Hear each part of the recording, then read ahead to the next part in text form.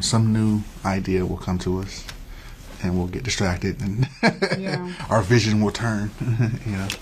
So until then, Prophet of Madman for life. I had a little upright piano in our apartment, and so I was just playing some chords, and we met kind of outside of music in a way. Even though we met at a jam session, like our relationship kind of developed more so with like us both knowing we're musicians, but not really us making music together. Mm-hmm.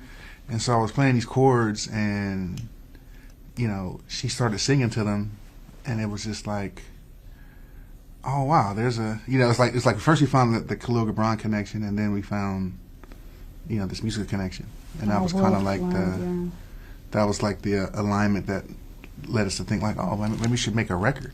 Oh, let's make a record of the Prophet and the Madman, and that's kind of like how that was like the seed of that tree. We started just kind of going through the different because it's like a series of poems basically. So you select them. So we started going through the poems and like reading them and talking about like which ones felt in the flow of the poem that felt like more conducive to music, and which ones felt like they had some kind of connection that could tell a story of an album. And so we didn't immediately start creating demos. We really kind of like just started marinating on the words, and then at some point I'm always kind of like playing around with ideas musically. One of those ideas would feel like, oh, that works with that, and then we stretch them to join to each other.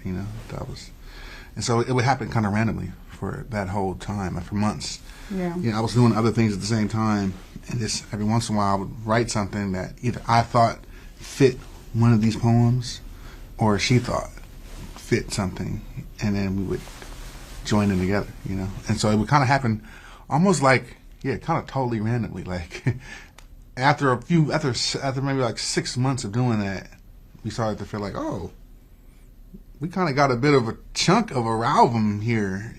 I get how people kind of see there's spiritual music and then there's kind of non-spiritual music, but for me, it's just kind of more like music that can speak to any.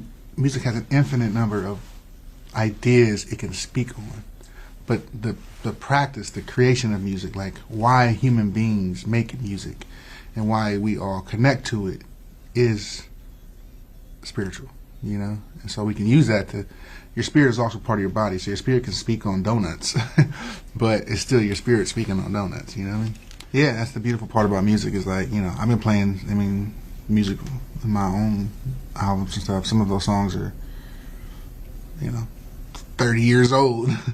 And they didn't mature until, recently, and it's just like, and then some songs we played it 1 million times, and there's still millions of more possibilities kind of just that I can see within those songs, And so, I think that, I'm excited for her to be able to kind of share